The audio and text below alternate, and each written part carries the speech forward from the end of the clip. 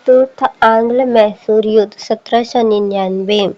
तो चतुर्थ आंग्ल मैसूर युद्ध में सबसे बड़ा कारण ये था कि सुल्तान फ्रांस से संबंध रख लिए थे और लॉर्ड वेलेस्ली की सहायक संधि नीति अंग्रेज टीपू की शक्ति समाप्त करना चाहते थे, क्योंकि तीन युद्ध हुए थे उसमें टीपू ने जीता था। तो अंग्रेज चाहते थे कि वो टीपू को हराए, तो टीपू को हराने के लिए उन्होंने सहायक संधि भी रखी थी। फ्रांस से संबंध रख लिए थे टीपू ने, तो इसलिए उनको डर भी था कि कहीं टीपू फ्रांस से संबंध रख ले तो उनको नुकसान ना हो जाए। मुख्य तथ्य हमें जो याद रखना है उसे, गवर्नर जनरल कौन है? Lord Wellesley. युद्ध वर्ष 1799। टीपू सुल्तान युद्ध में मर गए। श्रीरंगपट्टनम अंग्रेज के कब्जे में गया। मैसूर में कठपुतली हिंदू वंश बैठाया गया। मैसूर में कौन बैठाया गया? कठपुतली हिंदू वंश बैठाया गया। मैसूर में हिंदू वंश को बिठाया गया। तो मैसूर में किसे बिठाया गया? हिंदू वंश को बिठाया गया, जो कि अंग्रेजों के हिसाब से काम करते थे। तो मैसूर में किसे बिठाया गया? हिंदुओं को बिठाया गया। फ्रांसीसी प्रभाव दक्षिण भारत से खत्म। तो फ्रांसीसियों के साथ अब प्रभाव जो है दक्षिण भारत से खत्म हो गया।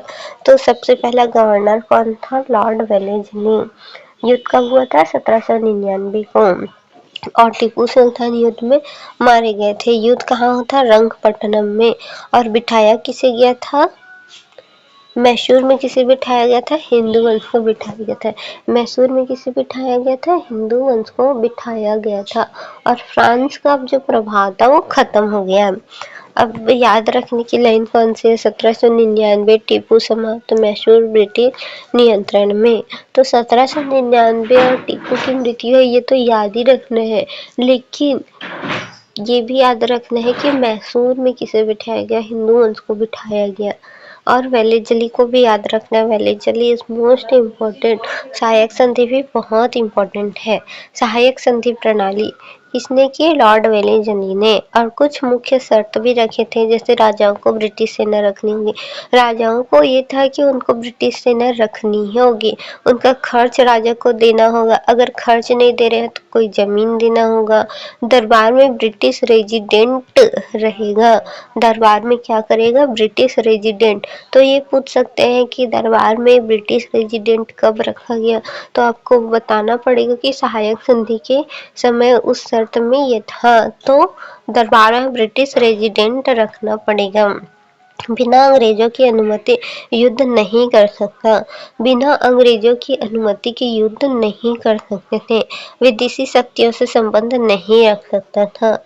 विदेशी शक्तियों से संबंध नहीं रखना था। तो हमें क्या क्या याद रखना है? वेलेस्ली याद रखना है, 1799 याद रखना है, टीपू सुल्तान याद रखना है, मैसूर याद रखना है, श्रीरंगपट्टनम जहाँ पर युद्ध हुआ था उसे, और किसे? ब्रिटिश रेजिडेंट को याद रखना होगा। पहला शासक जिसने साइन किया था हैदराबाद का निजाम। पहला शासक जिसने इस सहायक संधि पर साइन किया था वो था हैदराबाद का शासक।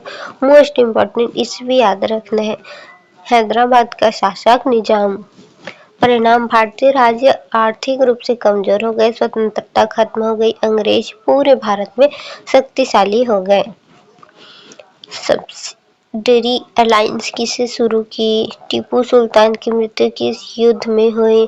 फ्रांसीसी प्रभाव कब खत्म हुआ? पहला सहायक संधि शासक कौन था? पूरा चैप्टर कैसे याद रखेंगे? देख, वेलेस्ली, सहायक संधि, टीपू का अंत, अंग्रेज साम्राज्य मजबूत, है ना। तो वेलेस्ली, सहायक संधि और टीपू का अंत हुआ। इसमें ये भी याद रखना है कि किसने सहायक संधि ली थी? तो हैदराबाद का निजाम। वेलेस्ली तो याद रखना ही है। किसने सहायक संधि ली थी? हैदराबाद का निजाम। युद्ध कब हुआ था? 1799। टीपू का अंत कहाँ हुआ था, यानी कि युद्ध का स्थल कौन सा था? श्रीरंगपट्टनम। मैसूर में कौन बैठा गया? हिंदू शासक। ठीक है।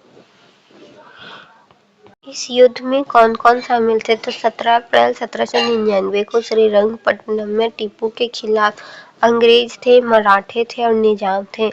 मराठों को भी टीपू से दुश्मनी थी और निजाम ने तो पहले ही सहायक संधि साइन की थी, तो जिसके कारण अंग्रेज को उनको साथ देना पड़ा, तो टीपू के खिलाफ थे। भीषण युद्ध हुआ और अंत में किले पर अंग्रेज का कब्जा। विषय युद्ध था चतुर्थ आंग्ल मैसूर युद्ध, ये चौथा युद्ध था जो टीपू और अंग्रेज के बीच हो रहा था। तो चतुर्थ आंग्ल मैसूर युद्ध वर्ष 1799 में गवर्नर जनरल कौन थे? लॉर्ड वेलेस्ली थे। टीपू की मृत्यु इसी युद्ध में हुई थी। नीति कौन सा था? सहायक नीति। और पहला शासक था कौन था? हैदराबाद का निजाम। हैदराबाद का निजाम था। युद्ध शुरू हुआ था 1799 में, युद्ध समाप्त हुआ 1799 श्रीरंगपट्टनम के पतन पर। जनरल स्टुअर्ट से पहले हारे थे टीपू, फिर उसके बाद जनरल हैरिस से हारे और लास्ट में युद्ध पर भाग लिए थे आर्थर वेलीजली, जो कि लॉर्ड वेलीजली के भाई थे। यही आगे चलकर दुखी ऑफ वेलिंगटन बने थे। चतुर्थ आंग्ल मैसूर युद्ध के संबंध में सही कथन चुनिए। युद्ध जो है 17 अप्रैल 1799 को प्रारंभ हुआ था और युद्ध का अंत श्रीरंगपट्टनम के पतन से हुआ था। तो युद्ध 1801 तक चला नहीं, मई 1799 तक चला था, 4 मई 1799 तक। तो तीसरा तो गलत है, तो पहला और दूसरा ही सही है। पहला दूसरा मतलब ए सही है, ए ऑप्शन सही है।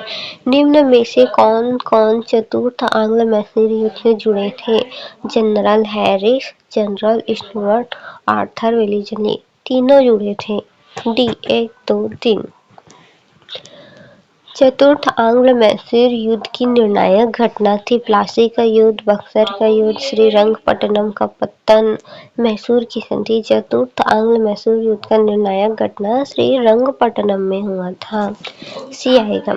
आर्थर वेलीजली का संबंध था सहायक संधि से, चतुर्थ आंग्ल मैसूर से, स्थायी बंदोबस्त से, रैयतवारी व्यवस्था से। तो आर्थर वेलीजली जो है वेलीजली के भाई थे और वेलीजली ने जो है चतुर्थ आंग्ल मैसूर युद्ध किया था। तो इसका संबंध होगा बी से, चतुर्थ आंग्ल मैसूर युद्ध से। चतुर्थ आंग्ल मैसूर युद्ध की प्रकृति कैसी थी? तो चतुर्थ आंग्ल मैसूर की प्रकृति थी लंबा चरणबद्ध युद्ध, केवल 9 सैनिक युद्ध, अल्पकालिक लेकिन निर्णायक युद्ध, बिना किसी संघर्ष के संधि। तो इसका ऑप्शन था अल्पकालिक लेकिन निर्णायक युद्ध।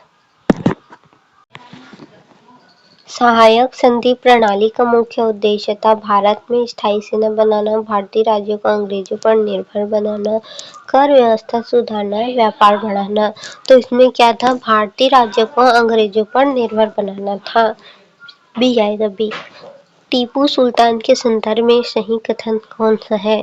उन्होंने फ्रांस से सहायता लेने का प्रयास किया, उन्होंने सहायक संधि स्वीकार की, उनकी मृत्यु 1799 में हुई।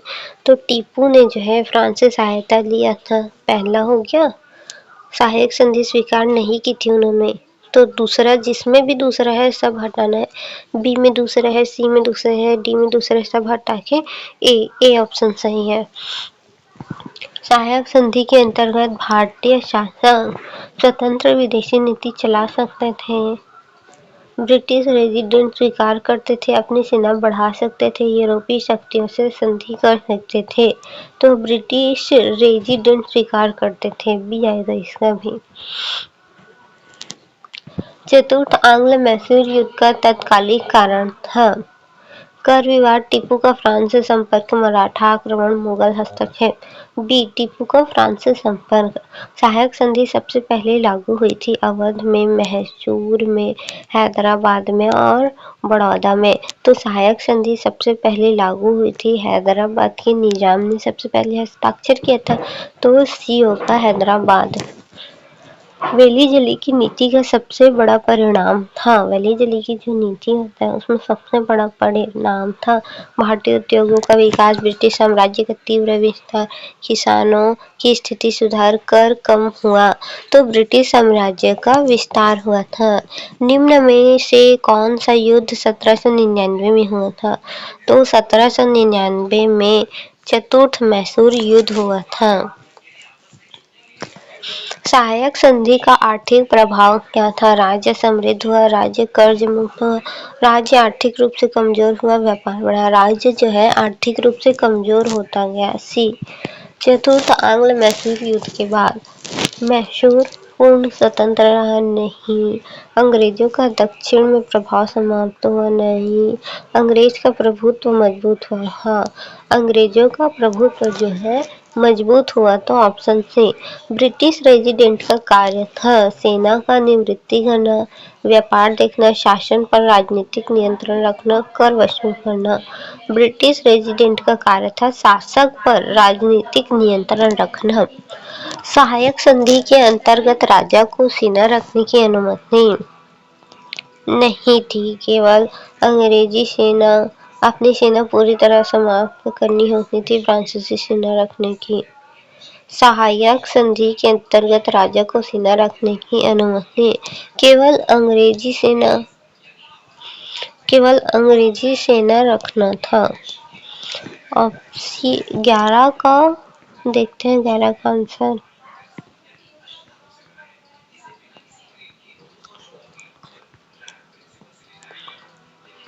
सही उत्तर भी, केवल अंग्रेजी सेना अपनी सेना घटानी पड़ती थी, केवल अंग्रेजी सेना रखनी पड़ती थी। अब देखते हैं हम 12 निम्न में कौन सा विधि जल्दी से संबंधित है? स्थायी बंदोबस्त, सहायक संधि। बी, सहायक संधि। टीपू सुल्तान का विरोध मुख्यतः किसके विरुद्ध था? टीपू सुल्तान का विरोध जो है अंग्रेजों के खिलाफ था। सहायक संधि प्रणाली में भुगतान के बदले राजा कभी कभी क्या देते थे? भूमि देते थे, जमीन देते थे। चतुर्थ आंग्ल मैसूर युद्ध का अंतिम परिणाम था। अंतिम परिणाम क्या था? टीपू की विजय, ब्रिटिश हार, टीपू की मृत्यु, अंग्रेजी नियंत्रण। संधि द्वारा समझौता, टीपू की मृत्यु। चतुर्थ आंग्ल मैसूर युद्ध का अंतिम परिणाम था टीपू की मृत्यु। सहायक संधि के सबसे खतरनाक पहलू था राजनीतिक स्वतंत्रता का अंत। राजनीतिक स्वतंत्रता का अंत। निम्न में कौन सा राज्य वेली जली की नीति से सबसे पहले प्रभावित हुआ था? हैदराबाद का निजाम। टीपू सुल्तान को क्यों अंग्रेजों के लिए सबसे बड़ा खतरा माना गया? उसकी विशाल नौसैनिक थी, उसकी फ्रांस से संबंध रखता था। बी, उसने फ्रांस से संबंध बनाए थे। सहायक संधि का सीधा लाभ किसे हुआ? भारतीय राजा को, किसान को, ब्रिटिश सत्ता को? सबसे ज्यादा सी, ब्रिटिश सत्ता को हुआ। चतुर्थ आंग्ल मैसूर युद्ध से जुड़ा सही कथन है। इससे ब्रिटिश साम्राज्य कमजोर हुआ, इससे दक्षिण भारत अंग्रेजों के अधीन है, इससे मुगल शक्ति बढ़ी, इससे मराठे स्वतंत्र हुए, इससे जो है दक्षिण भारत अंग्रेजों के अधीन आया। पहला, चतुर्थ आंग्ल मैसूर युद्ध के समय गवर्नर जनरल कौन था? तो चतुर्थ आंग्ल मैसूर युद्ध के समय लॉर्ड वेलिस्ली थे। टीपू सुल्तान की मृत्यु हुई श्रीरंगपट्टनम की लड़ाई में। सहायक संधि प्रणाली का मुख्य उद्देश्य था भारतीय राजाओं को सैन्य प्रशिक्षण देना, भारतीय राज्यों को ब्रिटिश नियंत्रण में लाना। सी, सहायक संधि पर हस्ताक्षर करने वाला पहला भारतीय शासक था हैदराबाद का निजाम। सहायक संधि प्रणाली के अंतर्गत कौन सा प्रावधान सही है? राजा को ब्रिटिश सेना खर्च उठाना पड़ता था। राजा के दरबार में ब्रिटिश रेजिडेंट रहता था। तो 2 और 3, केवल 2 और 3। चतुर्थ आंग्ल मैसूर युद्ध का एक प्रमुख परिणाम था मराठों की शक्ति समाप्त, फ्रांसीसी प्रभाव समाप्त, मुगल साम्राज्य का अंत। तो बी आएगा, फ्रांसीसी प्रभाव समाप्त। सहायक संधि प्रणाली से भारतीय राज्यों पर बड़ा प्रभाव क्या पड़ा? सहायक संधि प्रणाली से भारतीय राज्यों पर सबसे बड़ा प्रभाव पड़ा। सैन्य शक्ति मजबूत हुई नहीं, राजनीतिक स्वतंत्र बढ़ी नहीं, आर्थिक बोझ बढ़ा और निर्भरता भी बढ़ गई। आर्थिक बोझ भी बढ़ गया और निर्भरता भी बढ़ गई। निम्न में कौन सा कथन सही है? टीपू सुल्तान ने सहायक संधि स्वीकार कर ली थी। सहायक संधि की शुरुआत कॉर्नवालिस ने की थी। वेलेज़ली ने दक्षिण भारत में ब्रिटिश प्रभुत्व मजबूत किया। चतुर्थ युद्ध में मराठाओं ने अंग्रेजों का विरोध किया। तो वेलेज़ली ने जो है दक्षिण भारत में ब्रिटिश प्रभुत्व मजबूत किया।